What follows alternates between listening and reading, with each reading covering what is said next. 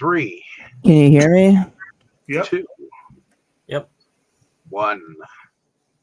Hello, ladies and gentlemen. Welcome back to another exciting film journey here on Inside Movies Galore. I am one of your hosts, but tonight we are continuing the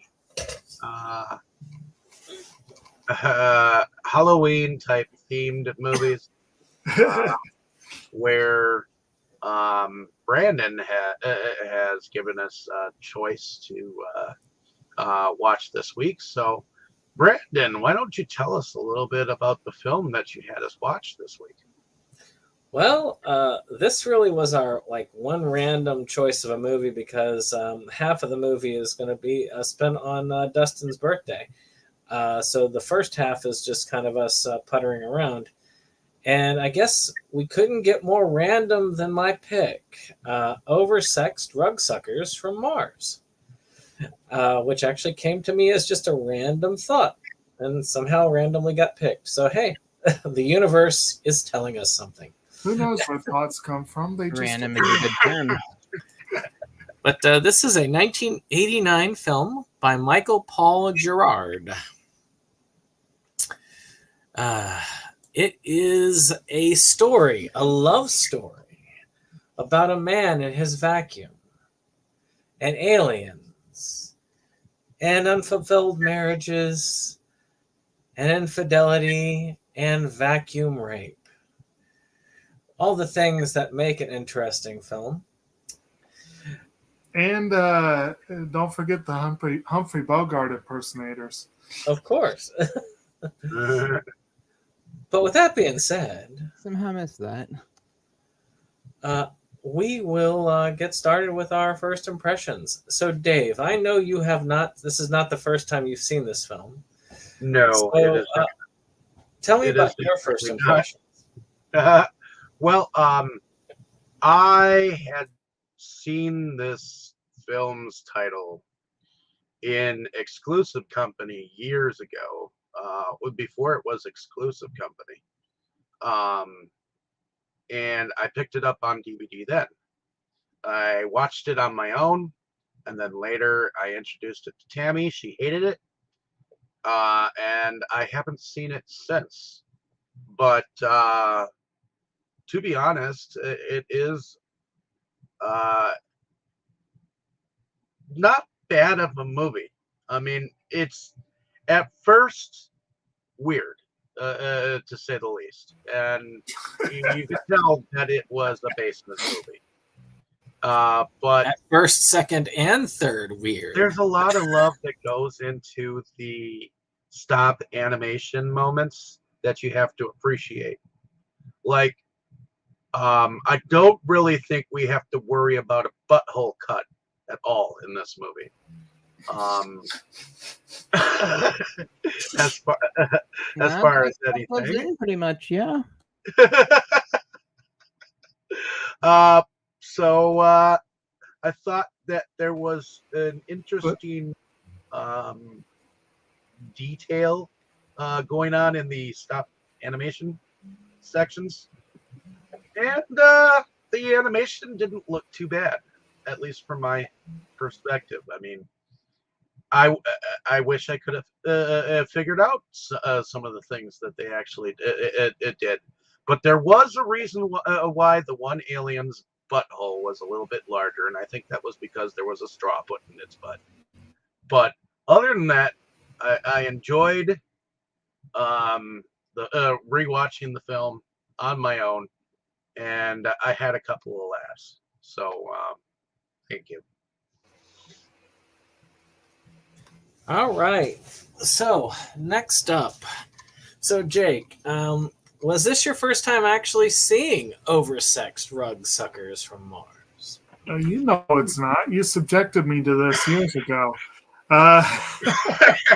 But it's the first time in a while. And I guess to Dave's comment about this being a Halloween thing, it is unfortunately more trick than treat, in my opinion. And And now I am worried about the Peter Jackson cut. But anyway, this is a movie that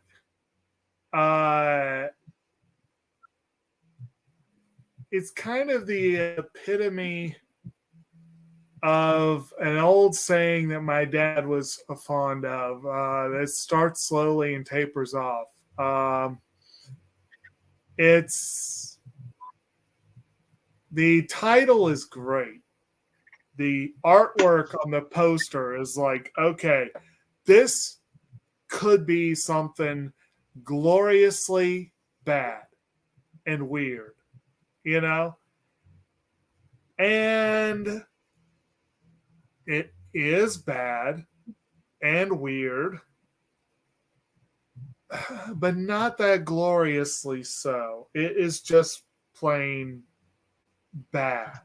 To me, the movie is like, it has some really cool ideas. It does have a couple of good one-liners. A guy who's doing everything he can to be Sam Spade does amuse me somewhat. The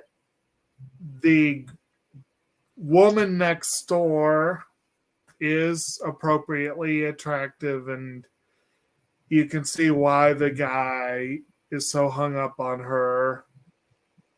And as y'all can see from my screen capture here, I wasn't able to find the neighbor. I couldn't find a picture of her. But I could, this is an image that will stick with you if you've seen the film.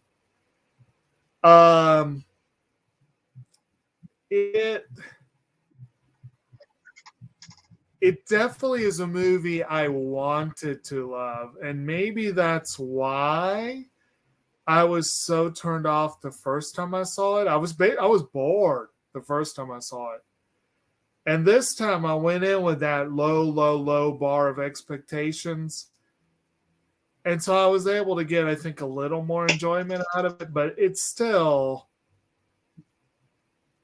this movie, even for what it is, could and should have been so much better. It's worth watching at least once, I think. Just to say you've seen it. And I can say you've probably never seen a movie like it. But I just wanted so much more. Oh, there will be more, I'm sure. Maybe not this one, though. They did tease the sequel. I don't that mean never more came. As in like I want the Peter Jackson cut now. But like, yeah, maybe if someone were to remake this, who actually has talent and knows how to edit and etc. Yeah, maybe copy the poster image there. Yeah. The poster that clearly costs much more than the film did to make. Yeah. I mean, somebody definitely paid that artist. This looks like they probably had a lower budget than you have, Brandon. My zero budget movie. Well, believe it or not, the director actually had a feature that was picked up by Troma. And, he's got a couple of things that he did. He's done some work. But supposedly, this movie was so bad it was rejected by Mystery Science Theater. Oh, well. So, Dustin, is this your first time seeing oversexed Rugsuckers from Mars? This is my first time hearing of it at all. This is one of those weird movies that it feels like you guys are kind of pranking me with. Because it started up and it looked so cheap and so cruddy, and it was like, okay, it's gonna be one of these, and I was ready to be like really harsh on it, but then that like title card, like, for our friend who loved to laugh, and it's like, damn it, I feel like I have to be nice to this now. and it was pretty bizarre. I mean, I can't even say it felt like a student film if you hadn't gone to school for film. Like it was hard to it's hard to describe. Like, That's a good way to put it. I mean, it wasn't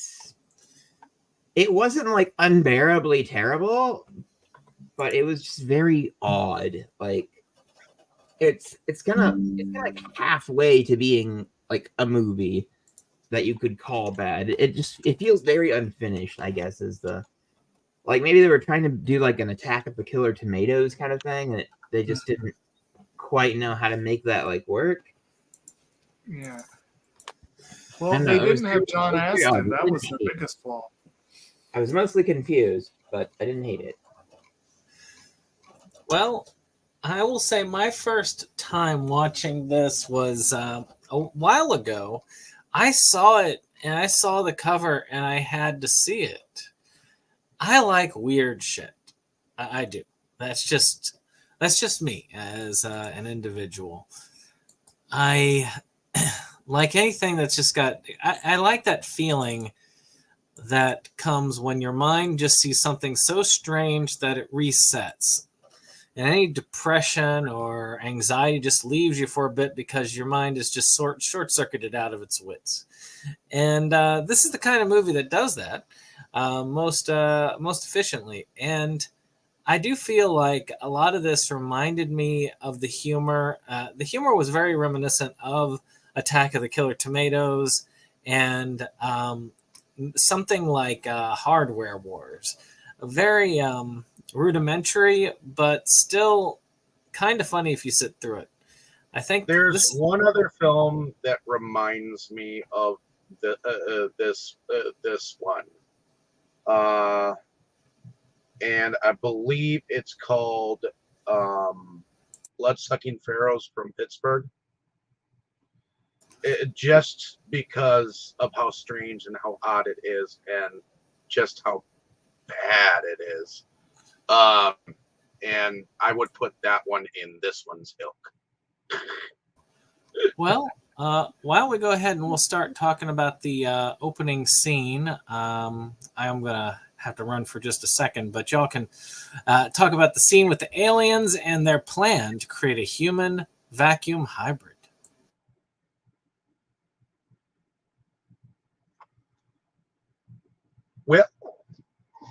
Well, it's nonsense. What else can really be said about it? That opening kind of sets the tone for it's like, okay, so we're already just kind of abandoning like being serious as a thing. Like with that premise and with the kind of like stop motion / claymation, it's a little hard to figure out exactly what they are. They're kind of a choppy blend of like the two techniques. For those aliens, it does kind of set the tone for, okay, you're not going to see something like fantastic, you know, like if this is your kind of humor, like you're probably going to be in for a good time, but I mean, it's not my kind of humor, so I was like, oh, okay, we're doing this. So it was, I think it was good to start the movie with that, to kind of set your expectations. I don't want to say low, because they actually did look okay. That was another thing I sort of wanted to comment on too. Like, I don't know if you can necessarily call this. This really does feel like an unfinished film. So I don't know if you can necessarily call an unfinished film bad per se, because it's just not what's on the screen. Just isn't what I think they had in mind. But for the most part, I think the opening scene where it's like, we want to create a human vacuum hybrid, you know, the human experiment. We were here 10 million years ago. Let's see how much they've advanced. It's like, okay. Well, in all fairness, they got a homeless guy as their. Oh, this must be what humanity's become. Yeah, it had like the foundation of some good like humor and commentary and stuff there. Like it felt like it would be like a start. Like maybe if there had been like a script writer or something to like help massage like scenes. It felt very rough draft. It's like, oh, I had an idea for like a joke or like a thing I could comment on. Mhm. You know, and then they just kind of needed some more eyes on like the plan for each scene. You know what I mean? To have that kind of trust. Did anybody else get that kind of feeling?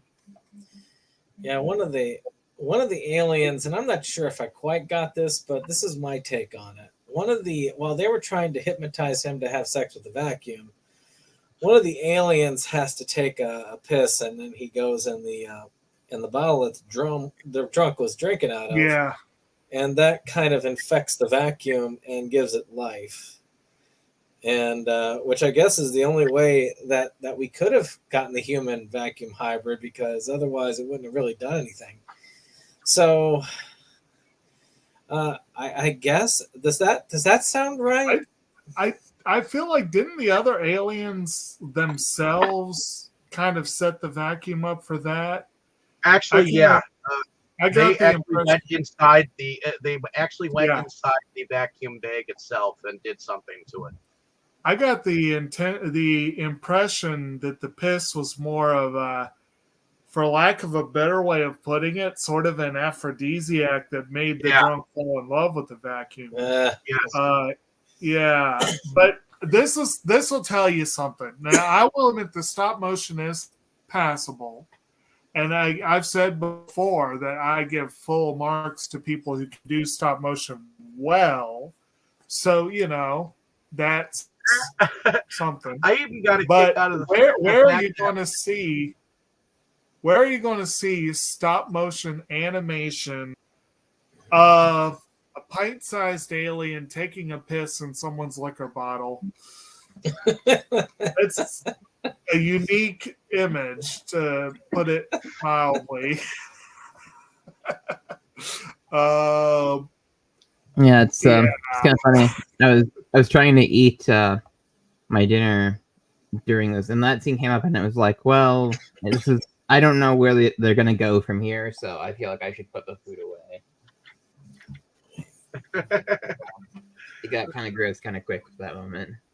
Well, they I do thought get.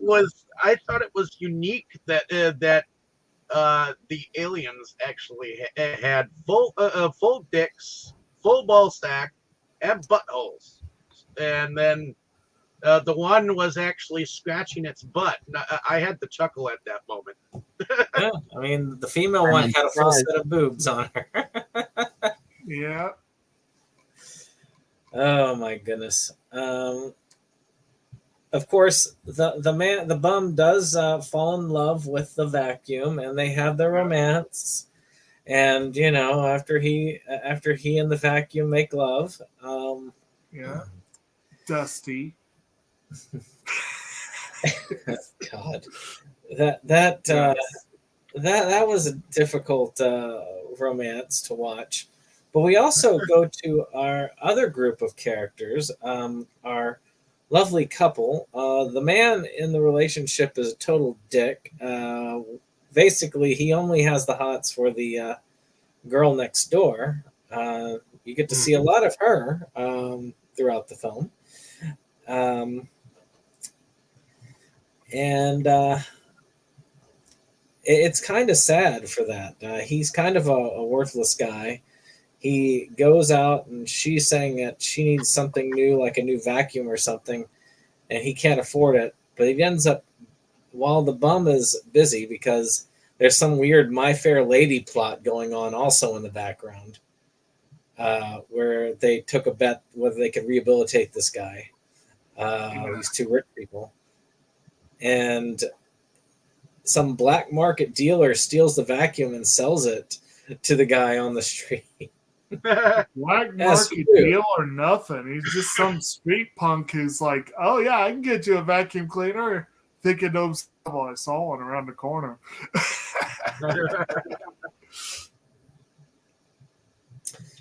To be honest, the wife was the wifey poo. She, I don't know if you've ever seen a woman in curlers but it is not. It is not. What is it? Appetizing to see a woman in curlers. Hey, Dave, I grew up in the 80s. I saw plenty of women in curlers or the aftermath, which is a style they don't really do as much these days. No, but I remember seeing a lot of people in curlers too, growing up, and it was not attractive in the least to see them in them. So to have her play the busy housewife who just seemed to complain and knit. What is it? Nag. See, I didn't consider her to be that naggy overall. She was just kind of like, what's going on? She was naggy because she demanded that they have sex. Well, yeah, but so did the other no. I mean, I think it was more annoying that she was trying to like kick down the door when he was in there, and it's like it didn't seem like she had to use the bathroom or anything. She was just like, "Hey, what are you doing in there?" You know, she was like battering on the door, and for a while I thought she was supposed to be his mom. Like she was really irritating like that. So, what do y'all think of the guy? I don't know, pretty kind of a blank slate sort of dude. Like I didn't really read much into him, like personality wise. He came across as really douchey to me. Yeah. I mean, yeah, he was like a jerk, but he didn't seem to really have any standout characteristics other than like Jerk. angry and staring at the neighbor. And he does try to hit on the neighbor by sabotaging her vehicle, but it turns out she has a boyfriend. who is much more annoying than he is. Yeah, which she also has the same problem that his wife has, which is he also isn't interested in that. Well, with her anyway. But in his case, he's more interested in himself, so I guess I can't really. But meanwhile, I did like how there was a moment where he came in the boyfriend came in one night, and she was watching whatever on the TV, and it was like an infomercial, and then it was it got into like this ring of some sort, and he wanted the darn thing, and he wasn't able to get it. In fact, he sat down and said, "Oh shit," and it said, "Oh shit" on the screen. yeah. I would like to have seen the movie that one woman was watching in this. It seemed like a very violent movie, but I would have been interested.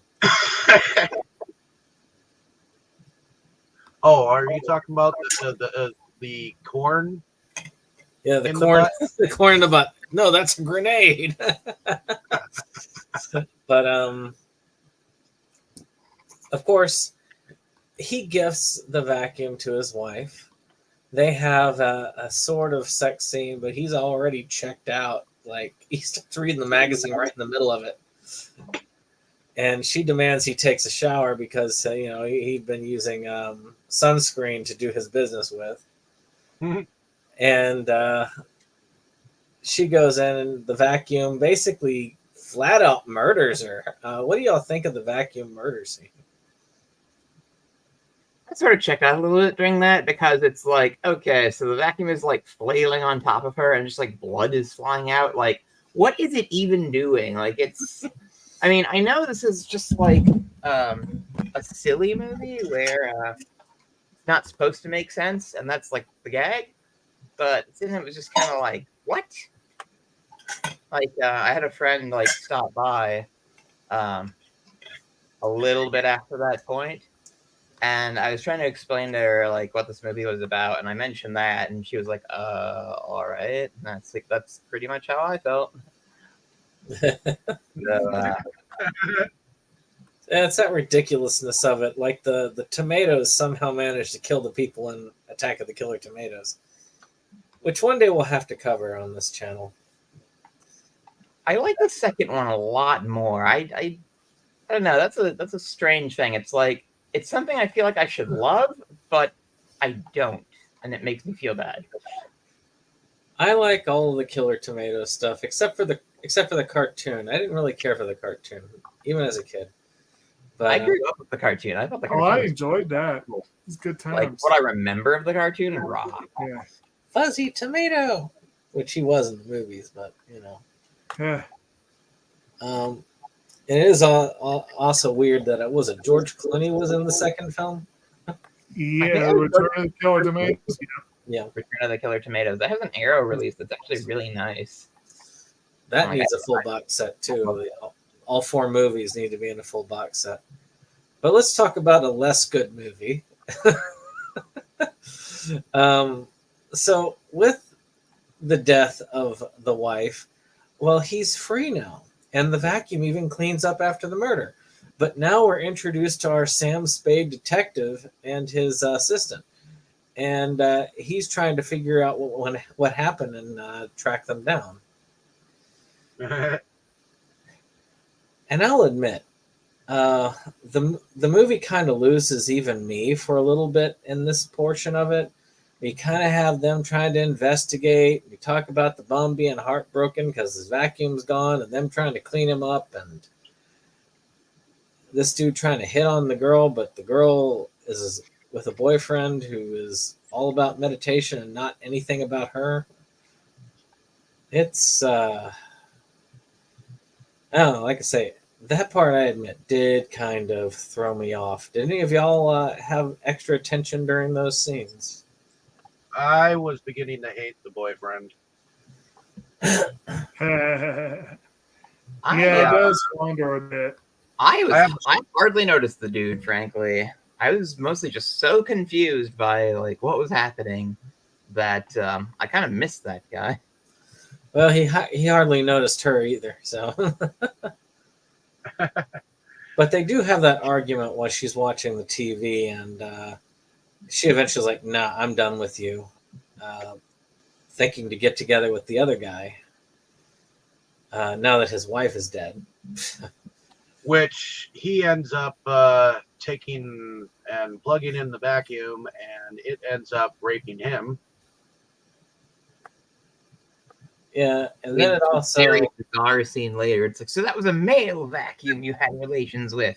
Yeah. Did you know you were a homosexual? It's like, what is happening? What? that court scene was weird. Yeah. Maybe the highlight of the film because it's like, all right, we've gone this far. Like, why not? The prosecution needs to let up on stand-up comedy or something like that. I believe. I got more of a kick out Yeah. of the fact when the detectives were bringing Rena in to identify Yes. the vacuum. That's actually my favorite scene in the movie where he's trying to get her to identify, and they have the lineup of vacuum cleaners. And all they're really doing is just switching around the order of the vacuums. You can see that they're doing that. Yeah, when the vacuum, after the vacuum hits the one guy, it also rapes the girl and impregnates her, which then leads to the scene where she and the other guy break up. But there was one moment of disbelief that I think they could have cut. Like, was how long she had to actually go down the stairs just to answer the door. What you would have thought would have been a 1-floor apartment, instead it made it seem like it was a bungalow. That was the deal breaker for you, not the part where like she spontaneously gives birth to like a dustbuster with Cabbage Patch Kid like limbs and head.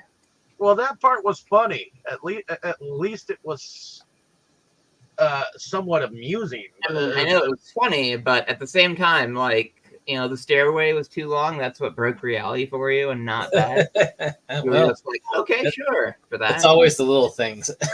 Yeah, I know, I'm sorry, I got hung up on that. Like, God, she's taking a long time to answer the door.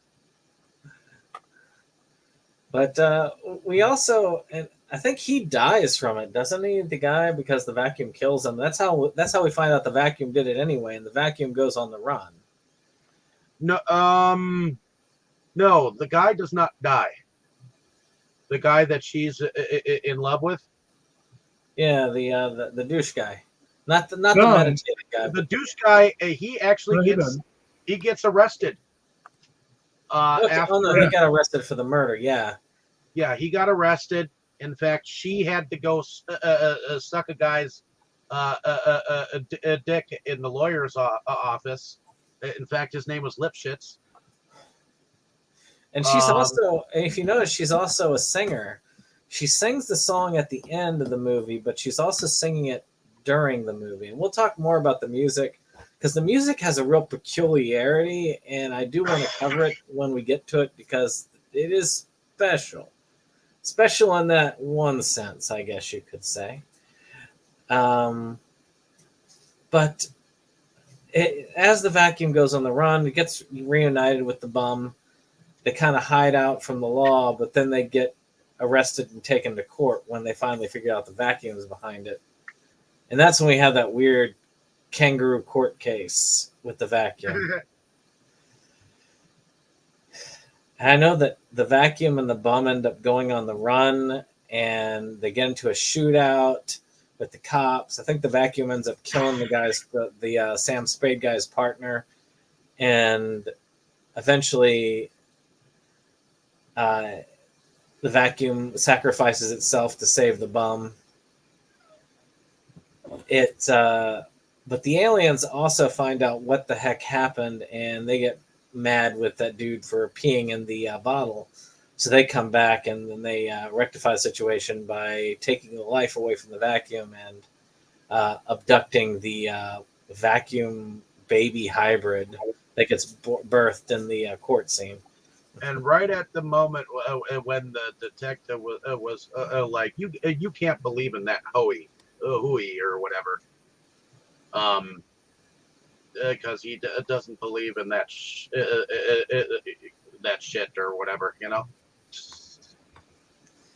And then it ends with the bum throwing the vacuum back on the pile and moving on with his life. I did like how in the courtroom there was a little bit of comedy in there, and there was even a line that said, "Objection, Your Honor. He's trying to do stand-up comedy." Yeah. Yeah, that was pretty fun. That was an odd court case, but then again, I guess it's hard to take any court case serious when you have a vacuum cleaner involved and a woman who gives birth to a hybrid human vacuum cleaner. Well, that basically was the thing that the case needed, though, because she's up there testifying about everything, and everyone else thinks she's just crazy, you know, and her boyfriend trying to say that she cheated on him, you know, because obviously he didn't do it, well, which was obvious, but yeah. Which the boyfriend ending up getting killed in that whole process of him going out on the run. We kind of skated over that. Like I say, there are huge blanks in my head. I actually went back and I watched the Cinema Snob. I actually rewatched it this weekend, but I also watched the Cinema Snob version of it.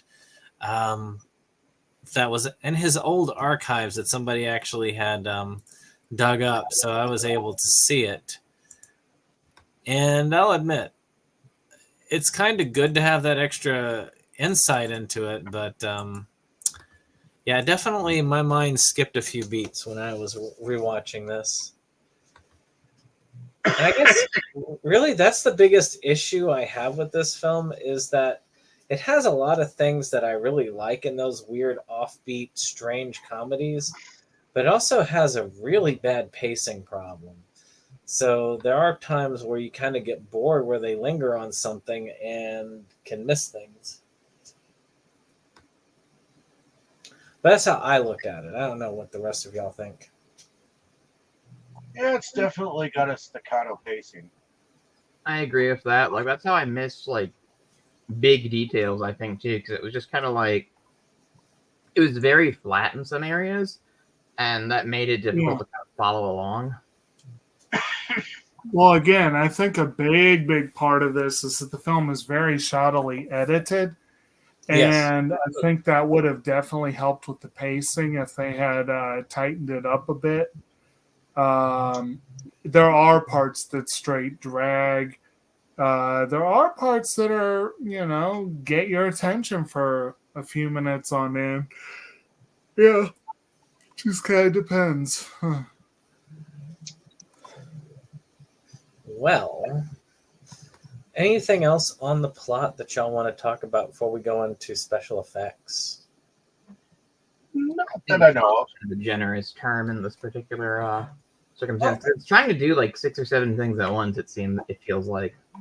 Well, actually, yeah, that's the thing is that there were special effects because there was the stop motion. There was some production design. It wasn't great production design. There was a really nice squib gunshot.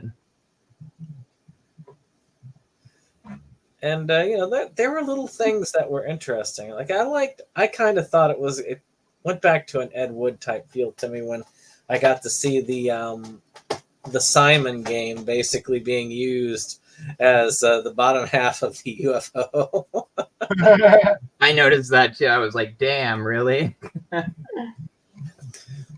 I thought it was really fun the way that they designed it. I actually do think that the way that the design works well for the type of movie it is, because this is not the kind of movie that you expect great things from, at least not in the production area.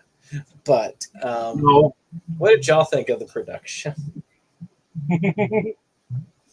I have seen worse. I have seen Even right worse. now, but I have seen worse. Shoot, I've created worse. This definitely is not a great production in some ways. I mean, like y'all said, there was some limited scene production, a few things here and there, but it was limited. I guess because it's so weird and the story premise and all that jazz. I mean, I like the stop motion animation of the aliens. I do. As far as the spaceship, they could have done better. Oh, I mean, yeah. come on. The bottom of the darn thing was that colorized push button game that we had as You kids. did just say it was a Simon game, yes. Yeah. And but you know what? To me, that adds to the charm. The fact that it's as cheap, it knows what it is. It knows that it's not going to be a big budget film. It embraces the trash. That's like I said, that's one of the reasons why I really liked Hardware Wars, which I'm not sure I would put Hardware Wars up on here because it's such a short film. I don't think that we'd be able to talk about it for very long. We'd talk about it probably, I don't know, we'd probably talk about as much as we're talking about this, but we're almost done with this one. But it knows what it's doing when it comes to being cheap on purpose. Now, the music is also something interesting because almost all of the songs are original. If you listen to the music, and of course, the actress is one of the lead singers of the one kind of semi-serious song that they do in the movie. But the rest of them, if you listen to the lyrics that are going in the background, they're like these weird vacuum cleaner, like a sexual assault type lyrics. It's just... it is hilarious. I will give them this for the soundtrack. It is fun to see something that original. I'm not sure I would buy it, but I would definitely give it a full on listen with subtitles just to get the whole out of it. Well, most of the songs are written by the director, right? If Yeah, I remember correctly. Yeah. and they were trying to go comedic for 90% of the songs. So, but it wasn't until this time that I actually fully listened to the lyrics that they were singing in the background. I was like, oh. It is featured in his Body Parts movie from 1992. It's shown on on TV in one of the bedrooms in that movie. What, Rugsuckers from Mars? Yeah, Well, hey, you gotta do something with it. Was But- the Mars part ever actually like did it matter, like specifically Mars? Like, did it, I have no idea. Did they I mention? don't think it did, but just kind of a stupid question I had. Yeah, I guess the aliens I don't didn't believe have to so. mention it. no, they never exactly mentioned it, which is maybe why it has the title. See, Like this is why the Mars rover fully shut down, because the Rugsuckers from Mars, they took care of it. They got a bum to have sex with it and then shut it down. Well, then they took the product of the that created back with them to procreate it back on Mars. Oh, but anything else about the music or production? Nope. Well, let's get on to favorite scenes. And, well, we'll do favorite scene and favorite micro-budget film feature. Well, I think this counts as a micro-budget feature.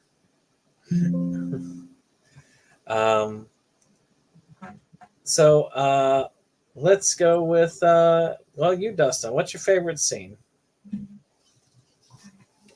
It would have to be the trial. Like, it's just so crazy. It is at that. Like, that's probably what I'll remember the most from this, like, later. I know you've seen some micro-budget films with us in the past, and probably on your own. Do you have a favorite micro-budget film? The Deadly Spawn. Oh, well, see, we already got it. Micro-budget can definitely be as fancy as this, if not fancier. Velocipaster is probably a decent second. I mean, it leans heavily into what it is. The Yeah. way that it does, except it's a little bit more, like, developed. True. All right. Well, let's talk to you, Jake. What is your favorite scene? I probably would have to go. I probably would have to go with the courtroom scene. Yeah, probably have to go with the courtroom scene, especially that comment about stand-up comedy. I just thought that was good. And I guess micro-budget film. I mean, hell, if the Velocipaster counts, then that would be it, I think. Oh, 'cause definitely. that was a glorious. That was what this film wishes it could be. All right. What about you, Dave? Favorite scene, favorite micro-budget feature? I think I'm going to have to go with the part where two parts. One where the Rugsucker was going after Rena up the stairs, and for some reason, the way that it was sucking her pantyhose off, I was laughing my head off.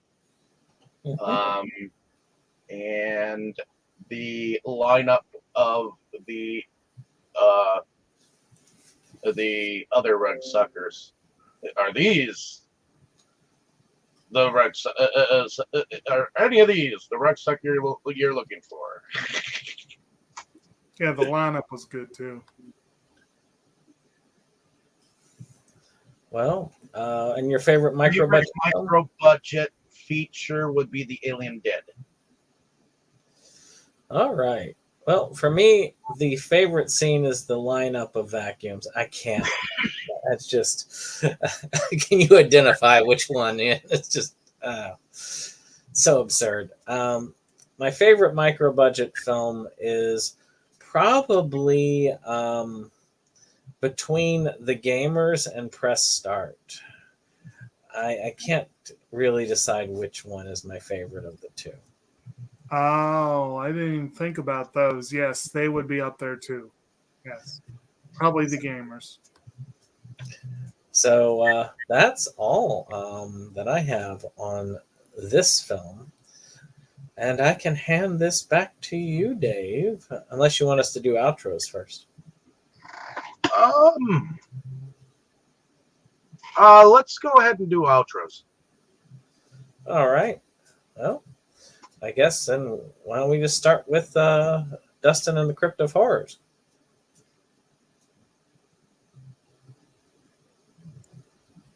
Dustin? Well, I'm the Crypt of Horrors. I also known as Cryptaxis. I collect horror movie stuff and try to show the things I find on my YouTube channel, The Crypt of Horrors.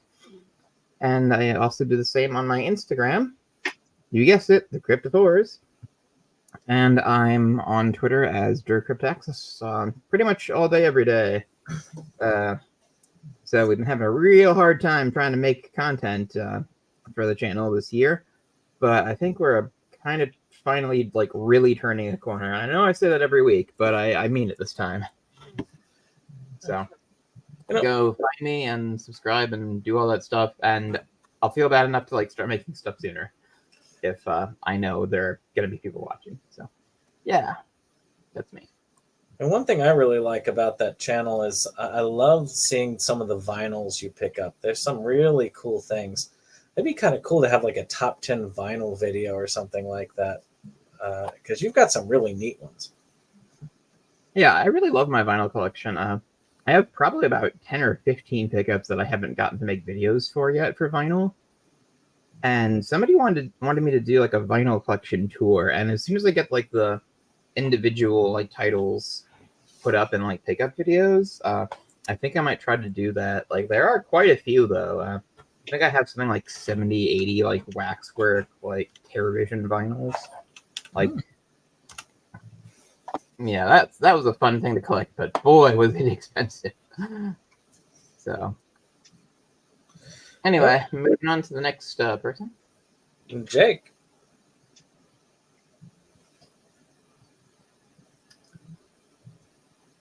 Jake? Sorry. Well, I'm Kotobukijake. I'm the co-host of SeptumSin versus the World, at least from time to time. And we should have an upcoming, is it the week after next, I guess, anime discussion? Yeah, it's the week after Thanksgiving. Okay, so we're going to be doing sketchbook full colors. That's going to be fun. And we occasionally do other stuff too. I keep pretty busy most of the time trying to do basically have a full-time gig that pays all the bills, and then I try to do fun stuff on the side as well. I try to make time for viewing to keep up with this channel, and usually we get to watch some I know I didn't have much to say on this week's film, but Brandon, you said you kind of wished it had been my pick. There was still that Bogart connection, so Yeah, there was. That is really, really weird that is the through line between this and Play It Again, Sam. But that's, yeah. But this. But yeah, I always like to come on and see what we got going on each week. It's definitely an assortment of movies, and sometimes yields to fun discoveries like the Velocipaster, and sometimes, not. But hopefully it's always a fun discovery for the audience, at least. So, yeah, that's all I got this go around. Yep, I am SeptumSin, a SeptumSin versus the world. As said, we don't really do much on the channel. I think the only thing I have been doing lately is I do a weekly video that is an anime update where I talk about the upcoming anime releases the day before they're released. So every Monday I throw that out because that's like a 5-minute video that it takes to put together. But the reason for that is I have been very busy in doing my own micro-budget film and Medieval webcam. And, of course, working with Dave on his project, which is really what I do most Mondays now is I work with Dave. But I have made some headway. I've got one cut of the film almost fully complete. I have a couple more scenes I'd like people to shoot and hopefully get those. But I'm also working on the final cut. And Dan has shown me a little sample of the song that he's helped do for the film. A lot of that's coming together. I think it's going to be really interesting when it's done. Probably, sadly, Oversexed Rugsuckers from Mars probably has better effects and production value. But I'm going on 0 budget and no know-how, so I guess it's how it is. But we'll see. And I'm going to have my first film film that I've directed is actually on Anhedenia Films Unlimited. $2 will get you access to 50 films by Evan Jacobs. Well, 49 by Evan Jacobs and 1 by yours truly. And that film is called The Anhedenia Project, which is a documentary look at the first 30 films by Evan Jacob, and also one person's struggle to get them all watched within a month. Do the review. It also officially comes out on demand, so if you want to actually rent or buy this, more power to you if you do. It will be out the day after tomorrow on that Vimeo channel, so you can either purchase or rent it if you really want. It's not going to be that expensive. But if it was me, for value, I would just pay the $2 and watch on Anhedenia Films Unlimited, and you get access to a lot more films. $2 will get you a full month's access to it. So, good value in that end. And I'll talk about what's next after Dave. All right. Well, my name is David Strege. I'm one of the founding fathers of Inside Movies Galore. So thank you for coming along with us on this fantabulous journey we've been having. It was definitely a trip to go back and watch this movie. And hopefully we'll have some more cool discussions in the future. I also moonlight on a different channel called Delusions of Grandeur, where I do some video pickups and some video reviews from time to time. So please check out both of our channels. If you have not, let us know down in the comments what you thought of our discussion. Whether you have seen the movie, and if you have not, at least give it a watch, because it is that crazy of a title. In any case, we'll see you next week.